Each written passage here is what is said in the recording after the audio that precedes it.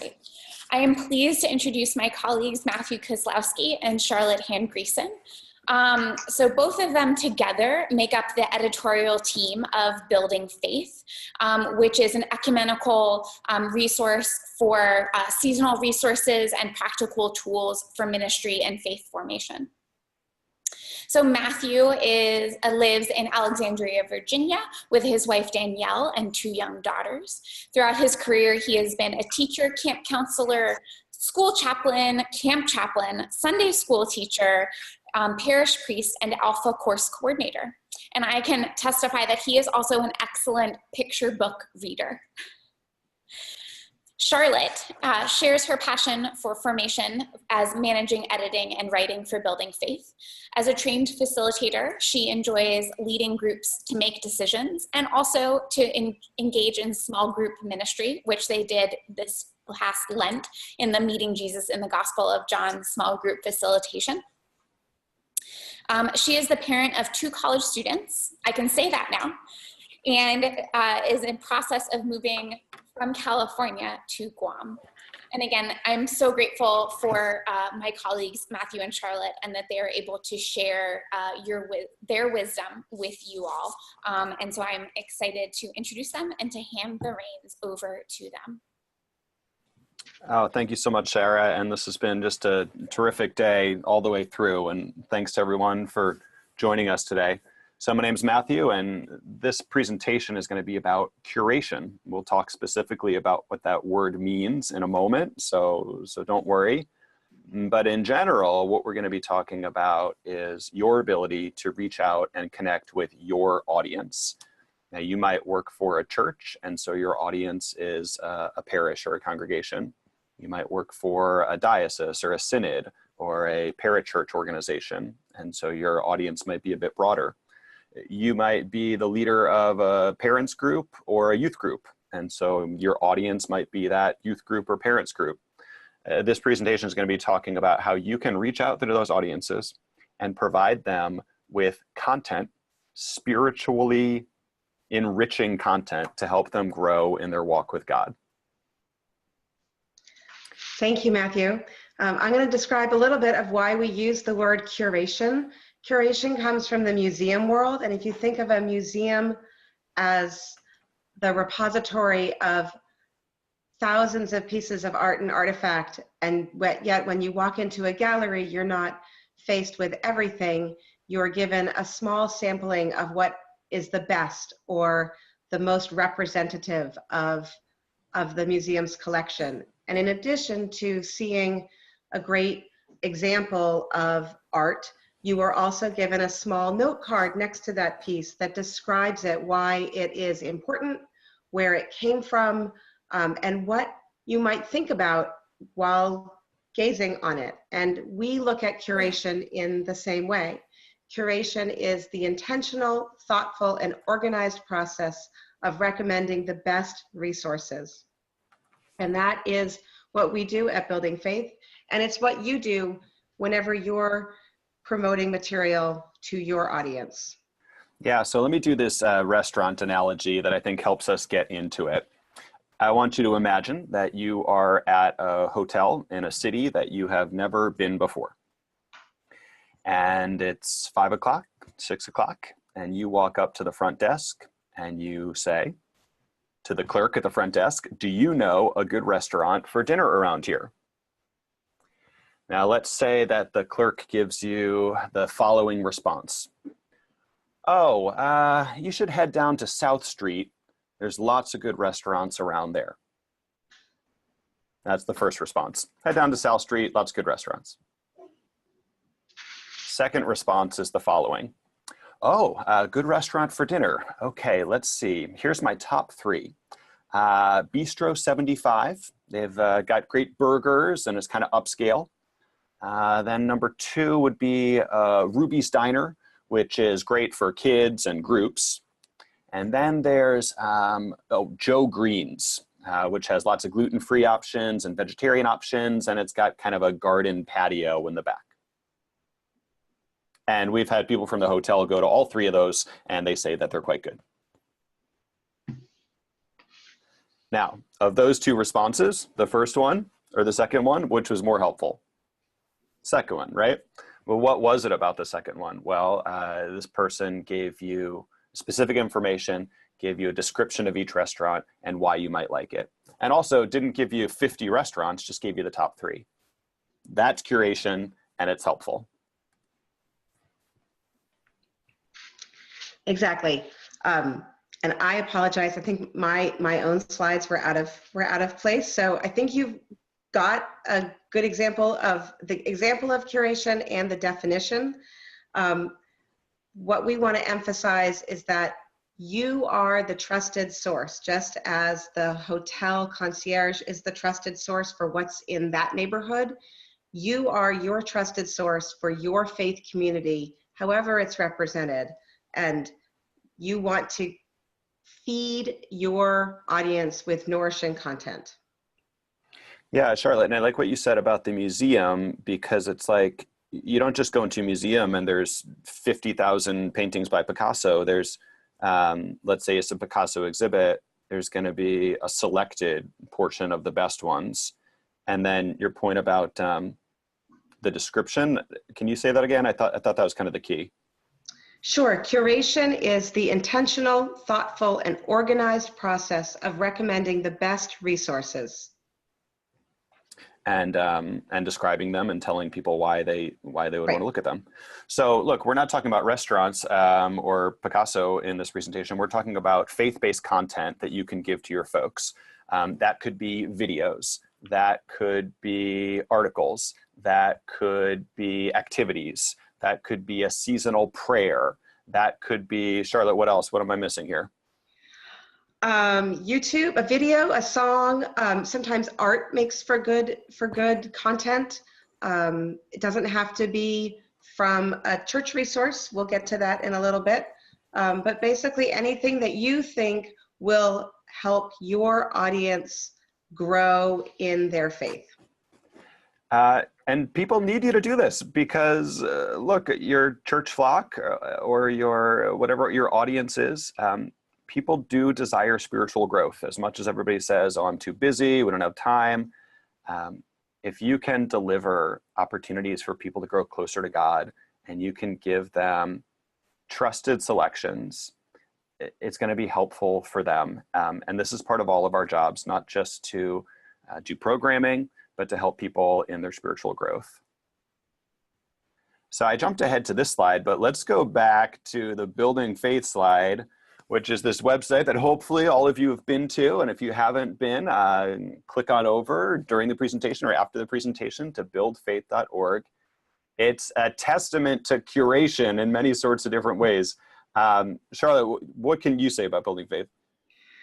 So Building Faith is exactly, it is a curated resource site. It has a lot of depth because it's been around since 2010. And so the curation is not just on the surface, it is throughout the whole site. I think the most important piece is that we are trustworthy. We investigate on your behalf, on our readers' behalf. We try to be fair and equitable in how we present materials. We want a reader to know as much about the resource that they can possibly get. And for example, we tell people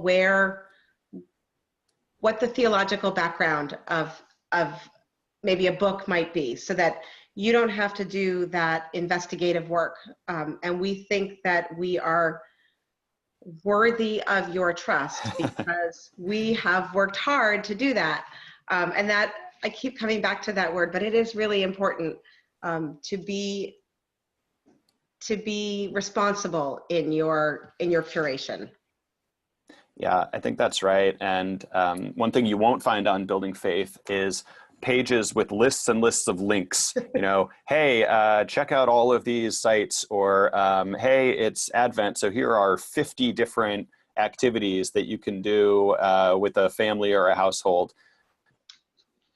We tried to give you the best 3 options or the best 10 options, and describe why they're going to be helpful. And it's not all our stuff. We'd go crazy if we had to create all this content ourselves, but it's content that's been offered to us, or we found, or our writers have found, or writers have generated, and then we compile it and put it out to you all. Okay, so this presentation, we're going to do 8 truths about curation, because this is your opportunity to curate for your flock. Like I said, your church flock wants you to curate, and we're going to go through these 8 truths, which will help you become a curator for your people. Charlotte, take it away. Truth number 1, they will trust it because it comes from you. You are the person of authority, whether you are a youth ministry leader or a parent group facilitator or the bishop. You hold an authority and you are trustworthy in that. So use it wisely, and be responsible in that. Use those 2 or 3 sentences to describe why you think in your role that your audience will want to watch the video that you're presenting to them. Yeah, so, like a quick example, somebody finds a prayer on Google. Oh, okay, whatever, 1,000 people saw this before. But if you and your ministry team put out an email and say, hey, this is the prayer that we've been saying in our church every day during whatever season, or somebody says, hey, this prayer really meant a lot to me, I hope that it helps you and your household as well. That's a personal recommendation. It's why you would want to go to a movie that your friend told you about rather than just seeing an ad in a newspaper about it. People will trust something or be interested in something because it comes from you, somebody that they know, from their church or diocese or synod that they know. Right, and they have a relationship with you and you have a relationship with them. We all know that ministry is relational, and this is ministry. The curation of resources is an important piece of ministry. So, all right, truth number 2, quality over quantity. We've kind of already talked about this a little bit. What's more helpful? 50 mediocre articles about what you can do during Advent, or like 5 that are really good and people at actual churches who have actually done them can say, hey, we did this and it worked. That's what we try to do on Building Faith all the time with our success stories from parishes. We say to our writers, hey, give us something that you've actually done in your church. Show us pictures of it. Tell us why it worked. And it resonates with folks. So, perfect example, there's this really great site out there called the St. Nicholas Center. And it's an amazing site, all about St. Nicholas, all about the history of St. Nicholas, and lots of activities that you can do to honor St. Nicholas during, the Christmas season, Advent season. It's huge. There's literally, if you go on like miter crafts, I swear there's 20. So one of the things we did this past season is we found the 10 best things on St. Nicholas Center. You only need 1 miter felt craft, and we shared them on Building Faith. People found it helpful, but the point is, as you're giving your folks things that are beneficial for them, it's better to have a few good ones rather than 10 mediocre or 50 mediocre ones. And we know that people are curious, so we always provide the link to the original source, and then your reader or our readers can go investigate for themselves. So one solid resource explained, and then the link to the original site. Yeah, that's a good point. And you can investigate to your heart's content. Number 3. Content, not just announcements. Sometimes you will open a newsletter from an organization and it's all, do this, come here, we need 5 of these types of people, strong backs, and that's it. There's nothing filling in that list of announcements. Announcements are not bad. I am not critiquing announcements, but the purpose of curation is to be nourishing, to be filling, to promote spiritual growth. And actually your content can fill in the gaps within an announcement. So if you have an announcement for a parenting class that's coming up and you provide a piece of content that wraps around that announcement, say it's a parenting class on mindfulness, as we'll see later, then and offer a video that pertains to mindfulness, that's a great combination of announcement and content, and I think helps people remember the announcement more. Yeah. So, and I would just say the stakes are pretty high here because, you know, oftentimes we're talking about email here, that you're emailing things out. If we just give folks announcements, they're going to stop reading. They'll just delete our emails or they will unsubscribe, and then we don't have any online relationship with them. So this is critical. If we're just giving people a laundry list of, yeah, like Charlotte said, be here, do this, then they'll tune out. So let's look at some actual examples. And this is based on truth number 4, which says that yes, email still works. Facebook, as some of you might know, is working less and less because the new algorithm allows it to be more difficult for organizations like ours to show up on people's feeds. So if we have access to people's email boxes, which I think is a great privilege, we need to take advantage of that, and we need to give folks stuff that they're actually going to read and that's actually going to be helpful for them. So here we go. This example of an email that is sent out by our amazing colleague, Keith Anderson. And this is a monthly email that he sends to UDLC families. That's Upper Dublin Lutheran Church families. So let me say that again. It's a monthly email, and he sends it to a particular audience at his church who have presumably opted into this, but who have a relationship with Keith, who's the associate pastor, and the other folks at the church. So let's just take a look at what he's put in this email. First of all, it's got a nice branded header, and then a personal greeting from Keith. Now this next one, okay, it is an announcement. It's an event that is something coming up, but you know, you can see it's well done. It's got a picture that helps. And it's about something that this audience would be interested in, mindfulness for families. So it's taking the audience seriously and giving them a piece of content that actually works. Now, Charlotte kind of alluded to this. This next piece of content is purely a free giveaway, something helpful for them. It's not an announcement. It actually has nothing to do with the church. It's something that he thinks will be helpful for the folks who read this email. And in point of fact, it's Jimmy Fallon live trying to do mindfulness meditation exercise on the air. Okay, then this next one, it's a prayer. It's a bless your own backpack prayer. This is something that folks can do at home, and it's helpful for them and their households. And it's not, you don't have to show up to church to do it. It's just something that he's giving. Okay, now they've got an announcement about a book study, but notice it's a little bit more than that because there's actually a link to the book and a picture of the book. So even if you couldn't go to the book study, you could go buy the book or you could check out the book online, and then you know, you're getting a piece of helpful spiritual content there. And it's clear that Keith cares about this book as well. And it describes a little bit about it. And then there's an app that they recommend. And then, of course, they say, check out our website and our Facebook group. Some coming updates at the bottom. Oh, and a quote.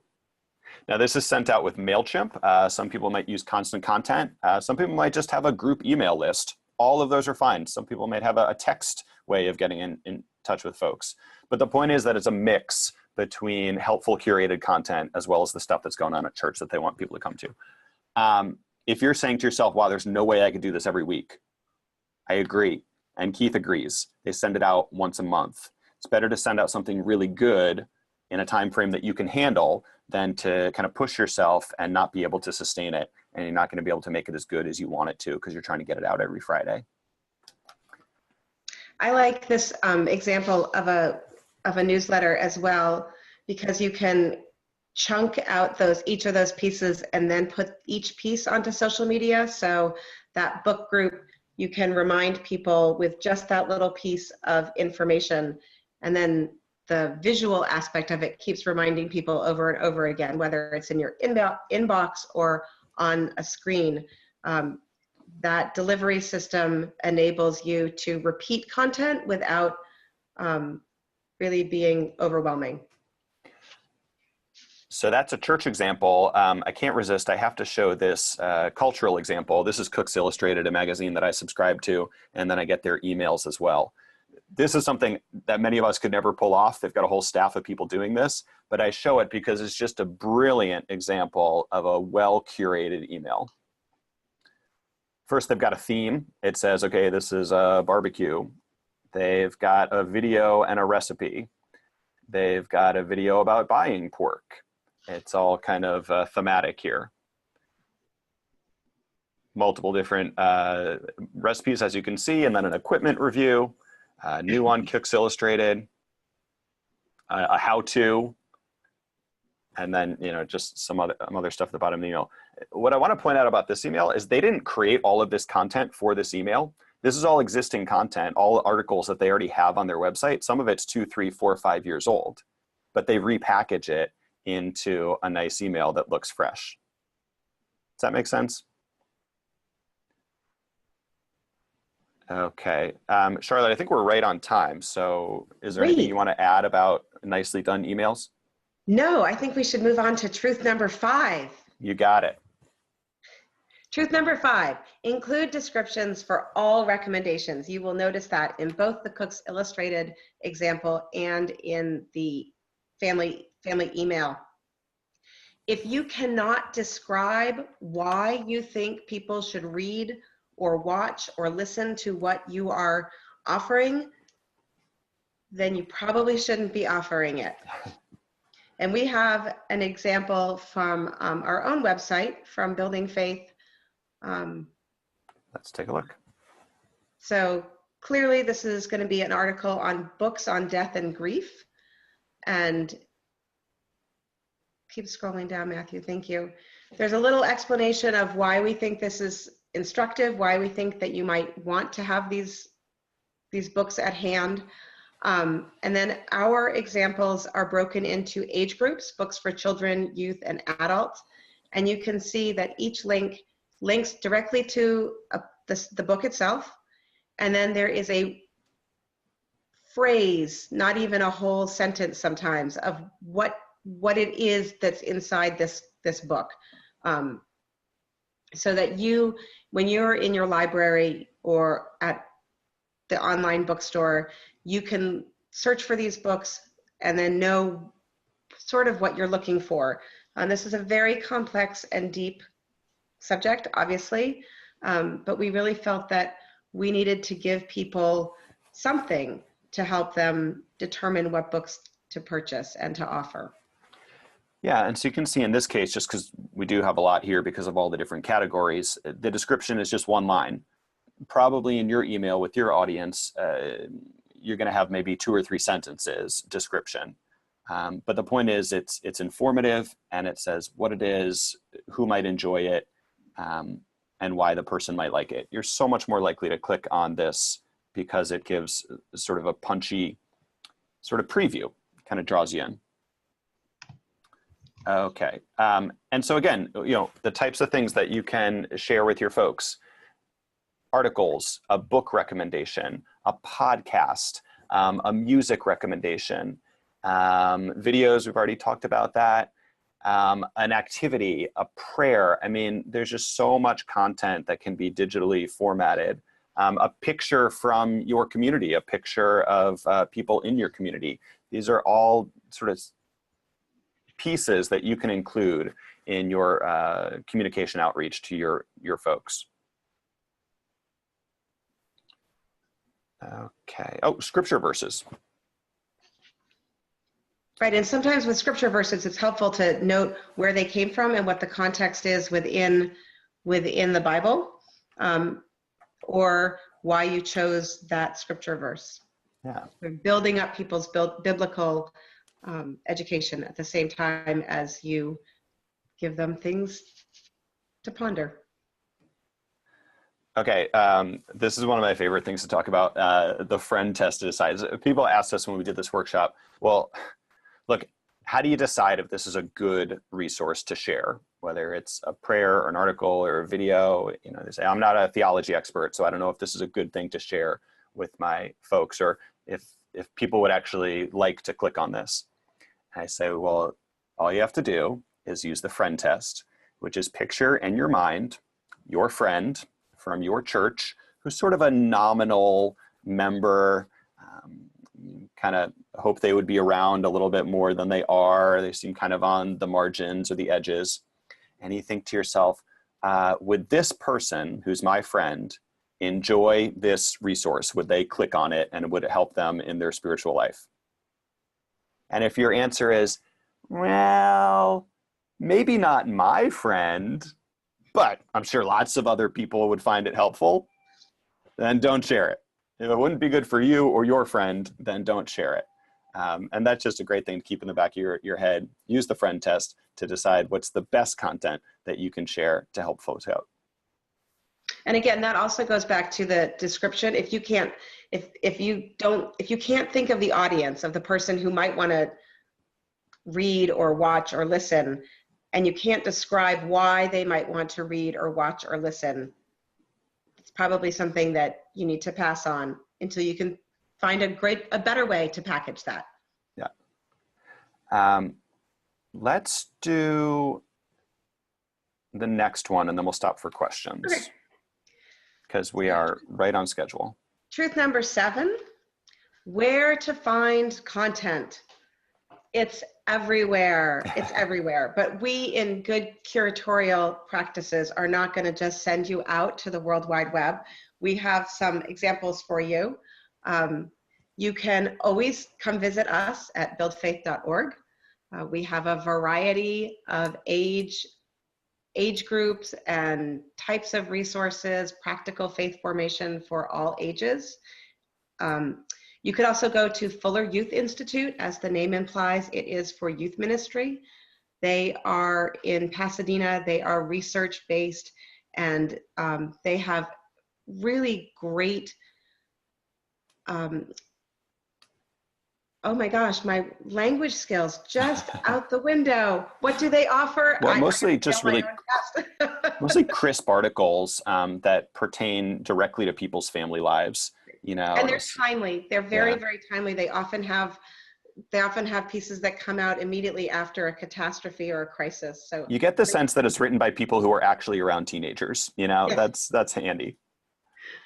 You can also go to Grow Christians. Grow Christians is a website that is specifically for Episcopal families and faith at home for Episcopalians, but it has wonderful information and articles for faith at home that can be adapted to multiple denominational backgrounds. You could go to Busted Halo. Busted Halo is something like that long laundry list. It is Catholic. It is very funny. Lots of videos, lots of visual content, especially around liturgics and sacraments. So because it's Catholic, you probably want to watch or listen with an ear to your own denominational background, but very instructive and very funny. And it's good to have a variety of modes of learning. And then the last example we like is On Being, which is Krista Tippett's long-standing program. It has all of her podcasts. It has essays. It has poetry. It is fantastic for older youth and adults. And I just Charlotte, thank you for orally curating that list, because I realized on this page I broke my own rule that I gave you a list of links without a description of each one. So we gave you a verbal description of each one. And yeah, all of these sites would be great to pull content from whenever you're connecting with your folks. Include a nice piece of content from one of these sites. That'll be helpful for them. And it's going to make people want to read your stuff more. You know, this has a self-serving aspect to it. Let's stop and see if there are questions in the chat. Sarah, can you help us out? I see that Melinda offered another resource. Melinda, I love that the On Parenting, Washington Post On Parenting, it is not it is not written from necessarily a faith perspective, but sometimes I find it very touching and right on for my faith community. So thank you. Yeah, and another one is like the positive news items within the Washington Post that can be sometimes really helpful. Soul Pancake was also recommended, which is really great. They also have the Kid President videos, which is excellent. So I think that was me posting. It says me, but it was actually Keith. And then Makers has a really good series with Nadia Boltz-Weber. That was also the recommendation from Keith. And then we also posted up the link to Keith's Faith at Home resources, and then also 2 examples of his emails. And from those emails, you can actually sign up for those emails as well to come into your inbox. Yeah, sign up for Keith's email and then just steal all of his stuff. I know you're not a member of Upper Dublin Lutheran Church. Doesn't matter. Sign up for the emails, and then all the stuff he puts out, put in your emails. In lots of ways. So. That's great. Are there other questions? Yeah, come on. What do you got? No, we are good with questions. And Melinda says that she is guilty of stealing all of the links, and Joyce is very appreciative of all of the links too. So no, we don't have any questions, but I think that this is a good opportunity if anybody all of a sudden had a thunder strike and had a question for you all, that they could quickly type it in. Everyone is just being very sharey and not very questioning right now. That, that's what happens in all of our webinars too, because people are just very excited to talk about things. We're just so communal. All right, I want to talk about pictures.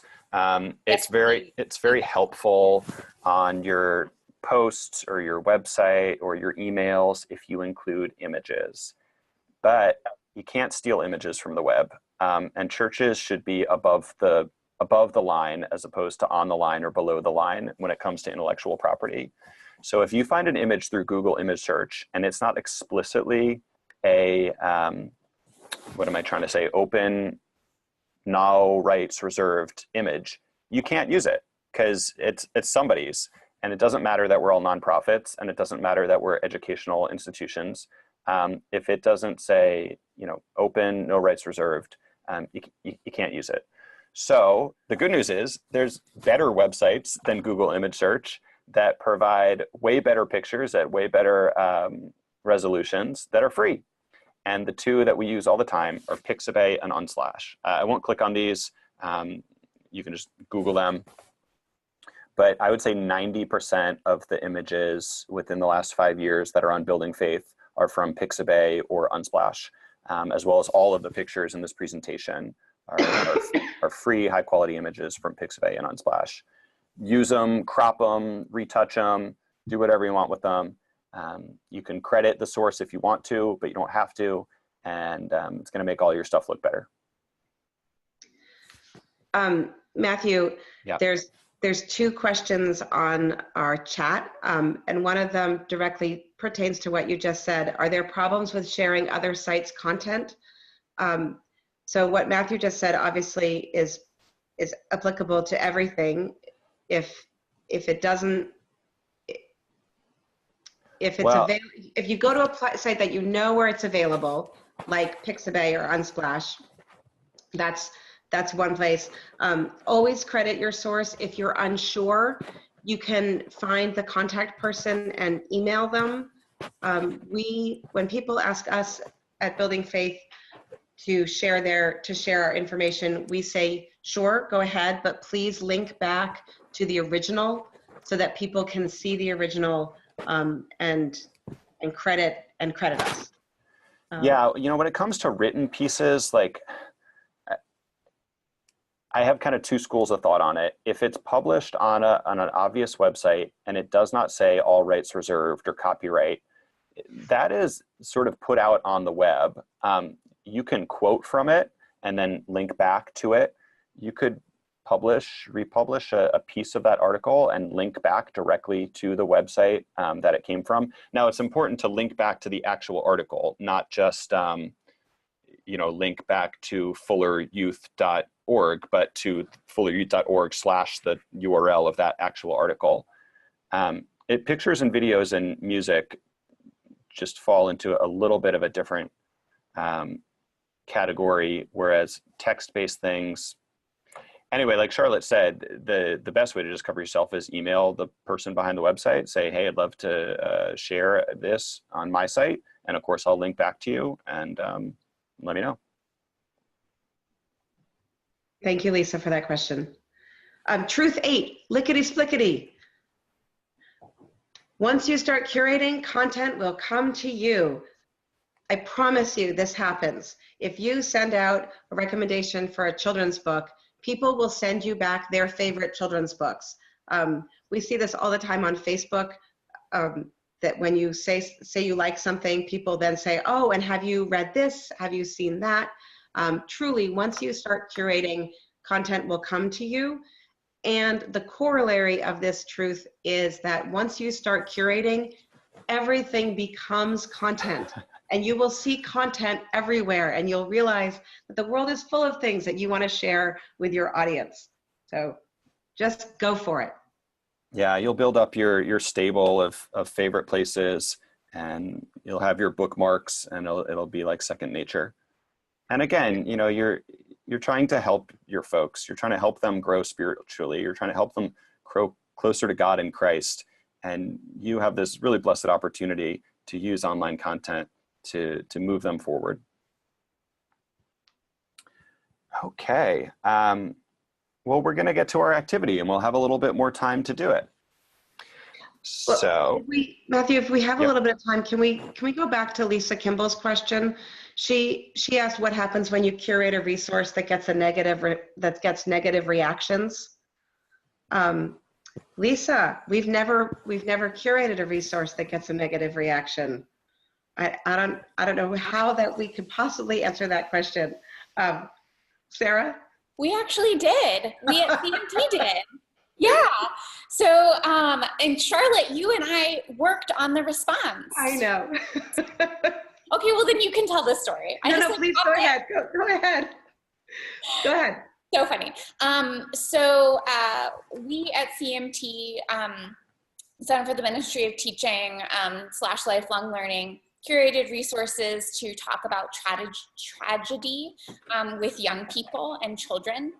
And so unfortunately, we have had to post that up a few times. And there was an instance with a school shooting where we posted it up. We then boosted the post so it got more eyes on it, which meant that with more eyes came more comments. And someone did comment negatively that it was something to the effect of, it shouldn't just be thoughts and prayers, and so we were like, yes, we agree with you. And so we then pointed them to other religious organizations that are actively advocating for measures that are not just thoughts and prayers. So I think like we thought of like Bishops Against Gun Violence, which is the Episcopal advocacy group.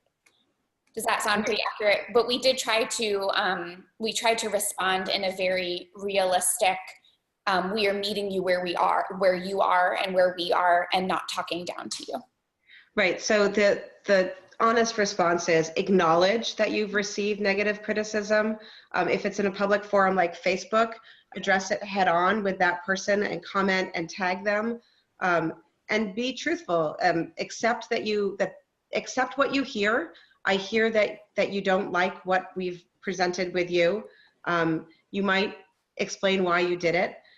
In the case of the gun violence tragedy, we did not feel like we should be advocating for political action, but we then curated a response that would lead this person to a place that did. So wherever you stand, know what your position is, and then feel free to pass them off to somebody else. I mean, that's perfectly appropriate, but always acknowledge that there has been a critique, and do your best to diffuse it with honesty. Yeah. Thank you. Thank you for spending the time, Matthew. Yeah, good question. Good question. All right, friends, this is your chance to get curating or practice your curating skills if you're already an amateur or expert curator. I'm just going to read through this for us visual and auditory learners. 5-minute exercise to try right now. We're all going to do this now. choose one of the following articles. Now they're linkable on my page, but they're not linkable on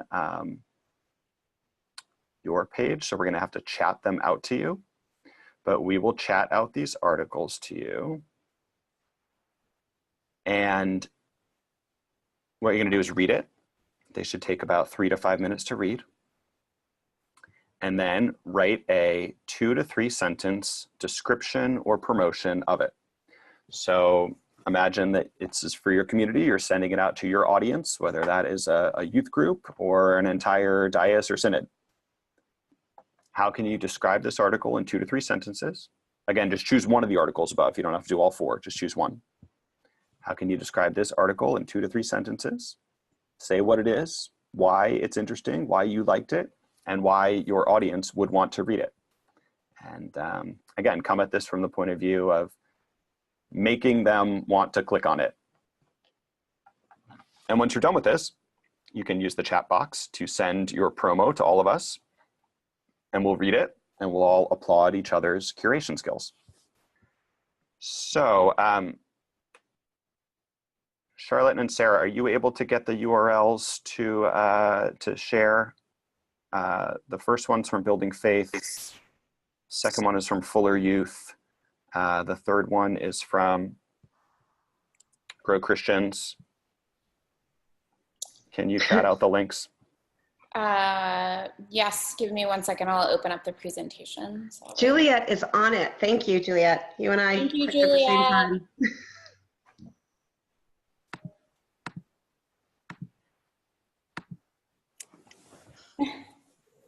Those are funny.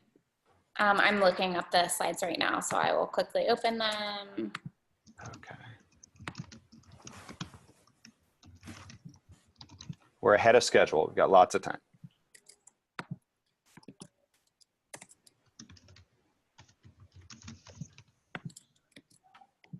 Oops. Charlotte, can you chat that out? I meant to do that to everyone. Yep. The Fuller, I'll do it. Never mind. I got it.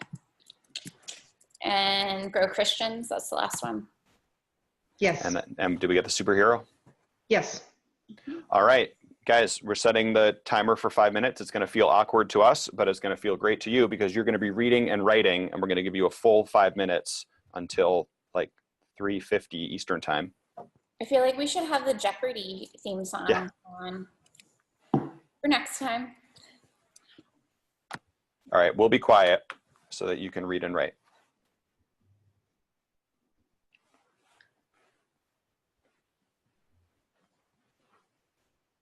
Karen commented that Grow Christians isn't opening, and it's not opening for me either. It was yesterday, so I don't quite. Oh, sorry, St. Bartholomew.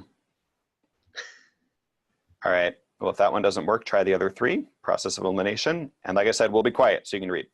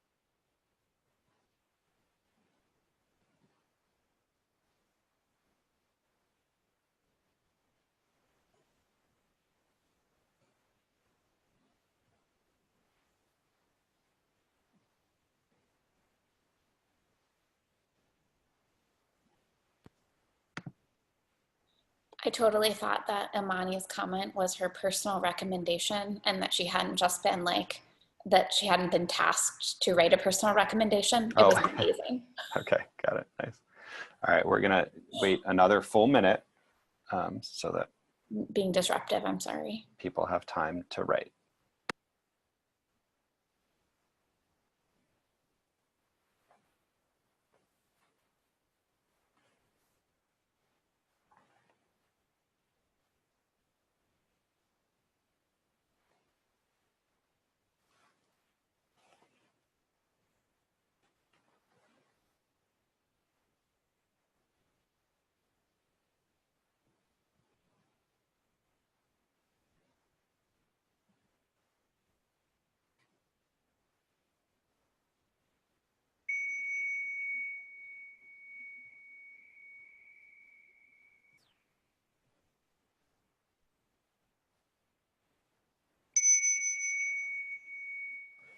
Time's up.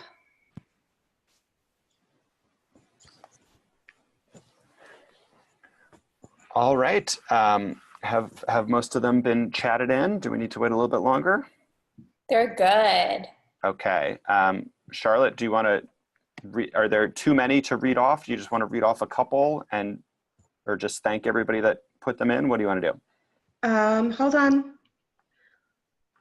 I can start with, I had to scroll back to the top. Okay, from Will. On grads, your graduate is about to head off to college in just a few short weeks. This article provides some key conversations to have with them before they leave. It will also help you find ways to talk about some of the more difficult yet obvious topics from alcohol to faith. You won't believe number 4. And then he says, just kidding on the last line. But I don't know, it depends on your audience. Maybe, yeah, go for it. I would read that, well done. I think this is from Juliet. Sabbath, an archaic concept with no contemporary application or life-giving and relevant practice for all ages. Whoa. To building faith, and says this article tells what Sabbath is and how it can be claimed by you and how it can be shared. I would read Take a that breath and explore.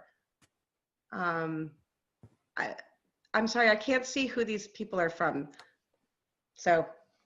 Any for the superhero one? Yep. Nope. Wait a minute. So another 30-minute Sabbath. Hold on, people.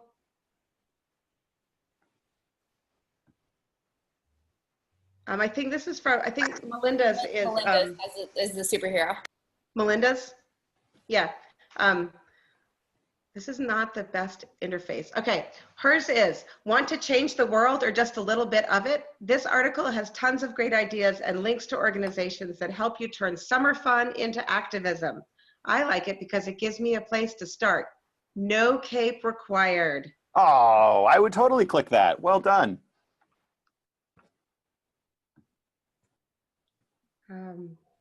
So another one for superhero, on 5 ways to be a superhero.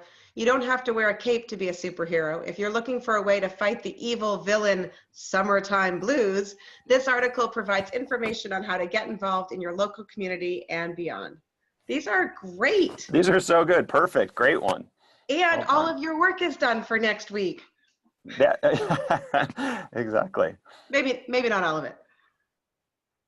Oh, I like this one from Laura. I've supported my child during the college choice process. We've been shopping for bedding and supplies. How else can I prepare my child for their college experience? I found the following article practical and helpful. Whoa, that's at the personal touch. Nicely done. These are great. This is great. I total proof of concept here. Everybody's really getting it, and the idea of giving people just enough to make them want to read the piece of content that you've shared. All right. We end where we started, that your church flock wants you to curate. In fact, they need you to curate because you're in the position to do so, and they are hungry for spiritual content that will bring them closer to God in Christ. Are there more questions, ideas, thoughts? The chat function is open for the next 5 minutes before we close it up.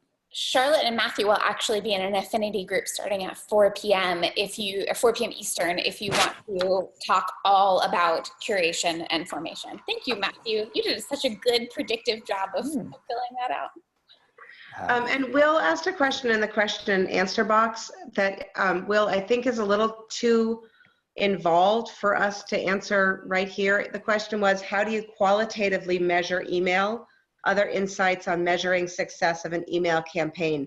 Yeah, it just depends what your client is. It is a great question. It's a question that we ask a lot in hybrid faith formation. And I guess I encourage you to come to our affinity group, and maybe we can talk about it and talk it through. Yeah. And then from Karen, can you afford to, oh, that's your Summit Sabbath. That's Sorry. not a real question. You did the assignment. It was so good. Matthew and Charlotte, thank you so much. It was wonderful to have you all share your wisdom that you have really worked on for the past 3 years. It has been phenomenal to work beside you and to learn from you. And I'm so glad that you were able to share that experience with all of these wonderful eFormation learning community participants.